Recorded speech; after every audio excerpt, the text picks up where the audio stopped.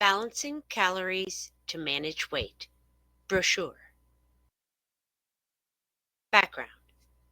President Abraham Lincoln established the United States Department of Agriculture, USDA, more than 150 years ago. Often called the People's Department, the USDA has worked for generations to study and publish the latest information on food, agriculture, farming, and forestry. Similarly, the United States Department of Health and Human Services mission is to protect the health of the American public. These two organizations have collaborated to establish guidelines and information related to nutrition and food related disease.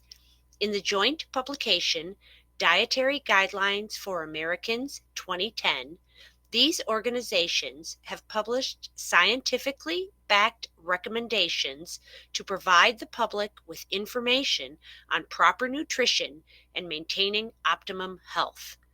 This reading from the brochure addresses balancing calories and managing weight.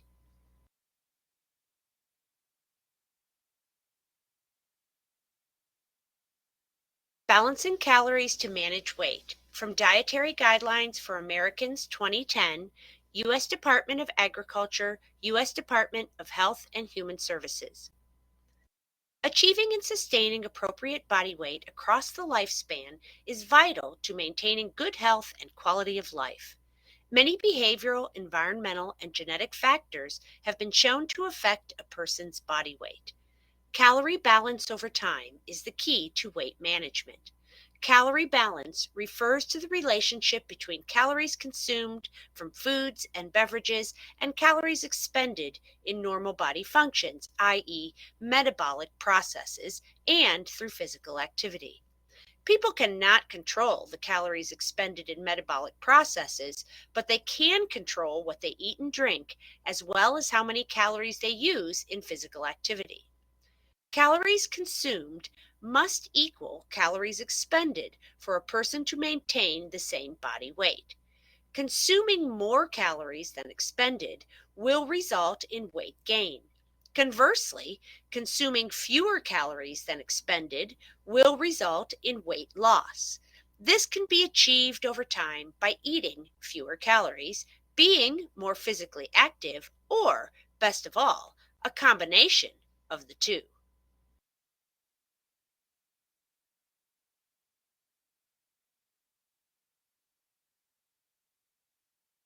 Maintaining a healthy body weight and preventing excess weight gain throughout the lifespan are highly preferable to losing weight after weight gain.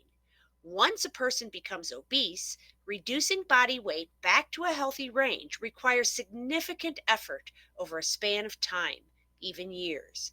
People who are most successful at losing weight and keeping it off do so through continued attention to calorie balance.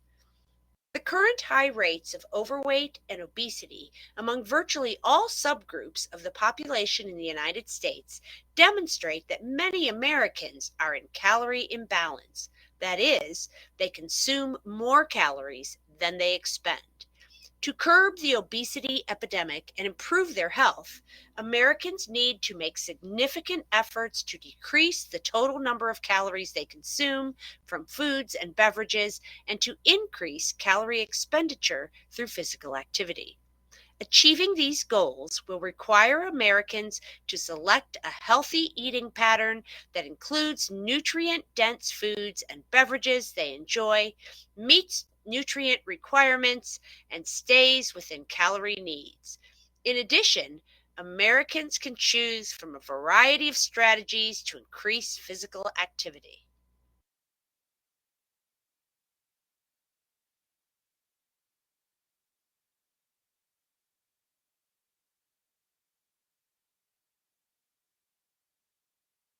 Key recommendations: prevent and or reduce overweight and obesity through improved eating and physical activity behaviors. Control total calorie intake to manage body weight.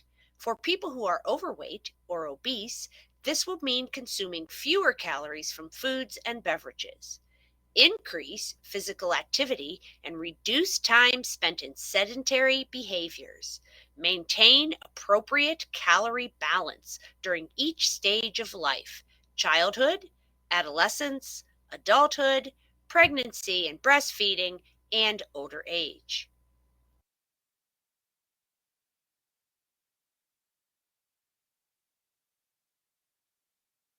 An epidemic of overweight and obesity.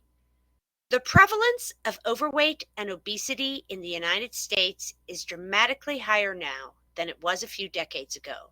This is true for all age groups, including children, adolescents, and adults. One of the largest changes has been an increase in the number of Americans in the obese category. As shown in Table 1, the prevalence of obesity has doubled and in some cases tripled between the 1970s and 2008. Table 2.1: Obesity in America, then and now.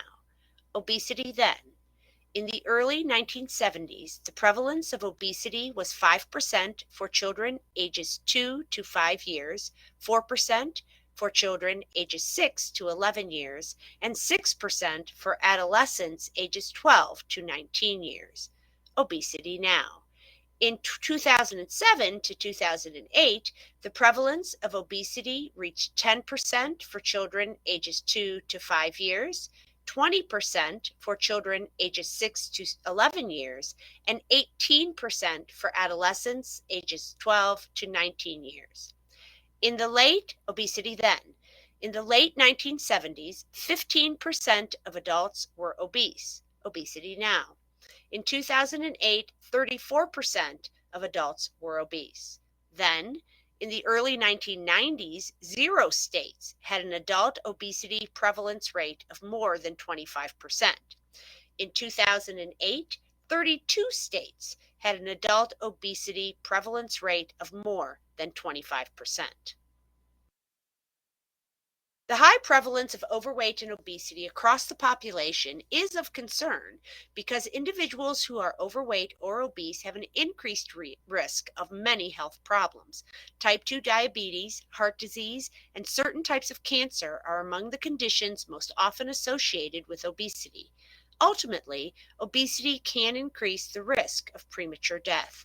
These increased health risks are not limited to adults. Weight associated diseases and conditions that were once diagnosed primarily in adults are now observed in children and adolescents with excess body fat. For example, cardiovascular disease risk factors such as high blood cholesterol and hypertension and type 2 diabetes are now increasing in children and adolescents. The adverse effects also tend to persist through the lifespan, as children and adolescents who are overweight and obese are at substantially increased risk of being overweight and obese as adults and developing weight-related chronic diseases later in life. Primary prevention of obesity, especially in childhood, is an important strategy for combating and reversing the obesity epidemic.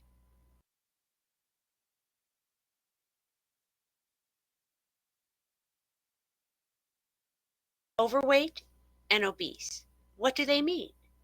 Body weight status can be categorized as underweight, healthy weight, overweight, or obese.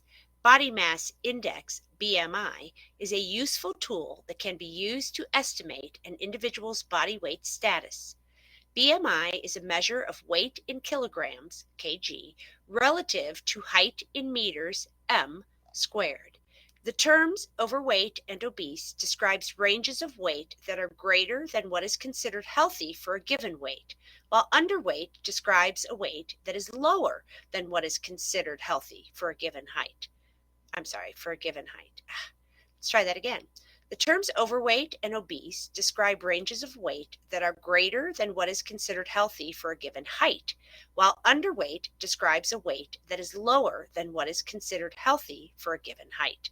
These categories are a guide, and some people at a healthy weight also may have weight responsive health conditions. Because children and adolescents are growing, their BMI is plotted on growth charts for sex and age. The percentile indicates the relative position of the child's BMI among children of the same sex and age. Category: underweight, healthy weight, overweight, obese. Children and adolescents, BMI for age percentile range: less than the 5th percentile to less than the 85th percentile, 85th percentile to less than the 95th percentile, equal to or greater than the 95th percentile.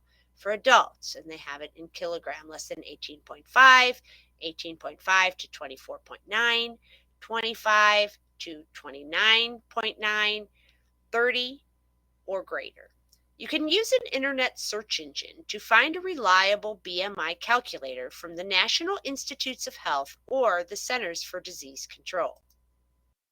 All Americans, children, adolescents, adults, and older adults, are encouraged to strive to achieve and maintain a healthy body weight. Adults who are obese should make changes in their eating and physical activity behaviors to prevent additional weight gain and promote weight loss.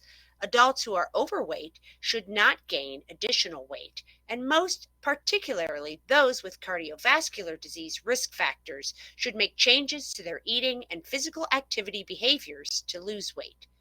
Children and adolescents are encouraged to maintain calorie balance to support normal growth and development without promoting excess weight gain. Children and adolescents who are overweight or obese should change their eating and physical activity behaviors so that their BMI for age percentile does not increase over time. Further, a healthcare provider should be consulted to determine appropriate weight management for the child or adolescent. Families, schools, and communities play important roles in supporting changes in eating and physical activity behaviors for children and adolescents.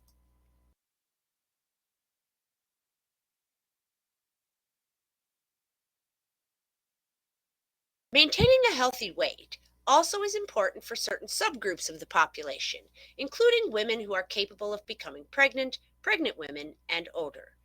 Women are encouraged to achieve and maintain a healthy weight before becoming pregnant. This may reduce a woman's risk of complications during pregnancy, increase the chances of a healthy infant birth weight, and improve the long-term health of both mother and infant. Pregnant women are encouraged to gain weight within the 2009 Institute of Medicine IOM gestational weight gain guidelines. Maternal weight gain during pregnancy outside the recommended range is associated with increased risks for maternal and child health. Adults ages 65 years and older who are overweight are encouraged to not gain additional weight. Among older adults who are obese, particularly those with cardiovascular disease risk factors, intentional weight loss can be beneficial and result in improved quality of life and reduced risk of chronic diseases and associated disabilities.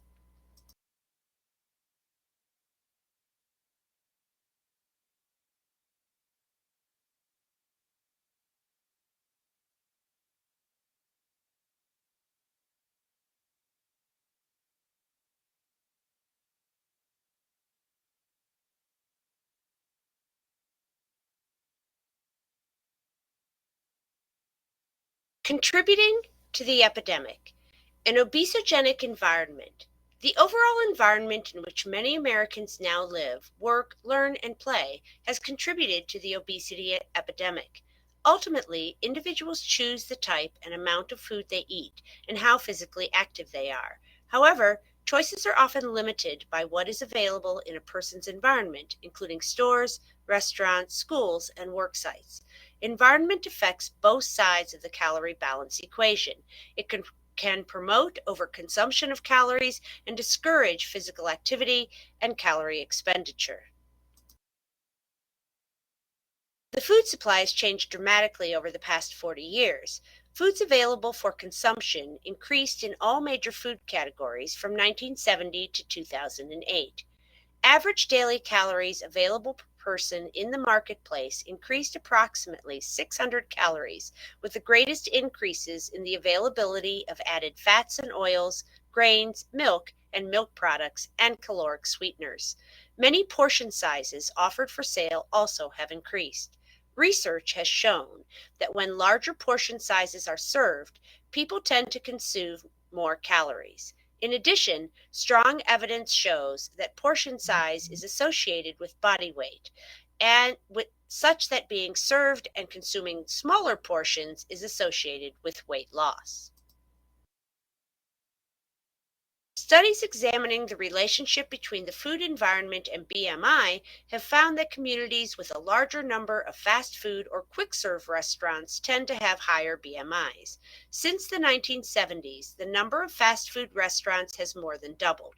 Further, the proportion of daily calorie intake from foods eaten away from home has increased, and evidence shows that children, adolescents, and adults who eat out, particularly at fast food restaurants, are at increased risk of weight gain, overweight, and obesity.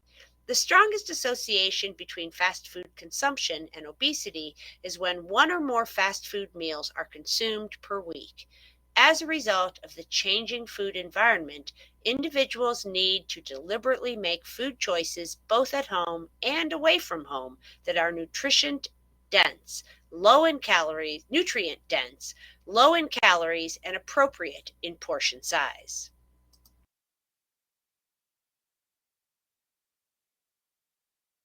On the other side of the calorie balance equation, many Americans spend most of their waking hours engaged in sedentary behaviors, making it difficult for them to expend enough calories to maintain calorie balance. Many home, school, work, and community environments do not facilitate a physically active lifestyle. For example, the lack of sidewalks or parks and concerns for safety when outdoors can reduce the ability of individuals to be physically active. Also, over the past several decades, transportation and technological advances have meant that people now expend fewer calories to perform tasks of everyday life. Consequently, many people today need to make a special effort to be physically active during leisure time to meet physical activity needs. Unfortunately, levels of leisure time physical activity are low. Approximately one-third of American adults report that they participate in leisure time physical activity on a regular basis. One-third participate in some leisure time physical activity, and one-third are considered inactive. Participation in physical activity also declines with age. For example, in national surveys using physical activity monitors, 42% of children ages 6 to 11 years participate in 60 minutes of physical activity each day, whereas only 8% of adolescents achieve this goal. Less than 5% of adults participate in 30 minutes of physical activity each day, with slightly more meeting the recommended weekly goal of at least 150 minutes. Current dietary intake. The current dietary intake of Americans has contributed to the obesity epidemic. Many children and adults have a usual calorie intake that exceeds their daily needs, and they are not physically active enough to compensate for these intakes. The combination sets them on a track to weight gain. On the basis of national survey data, the average calorie intake among women and men older than age 19 years are estimated to be 1,785 and 2,640 calories per day, respectively. While these estimates do not appear to be excessive, the numbers are difficult to interpret because excuse me, because survey respondents, especially individuals who are overweight or obese, often underreport dietary intake. Excuse me. Well controlled studies suggest that the actual number of calories consumed may be higher than these estimates.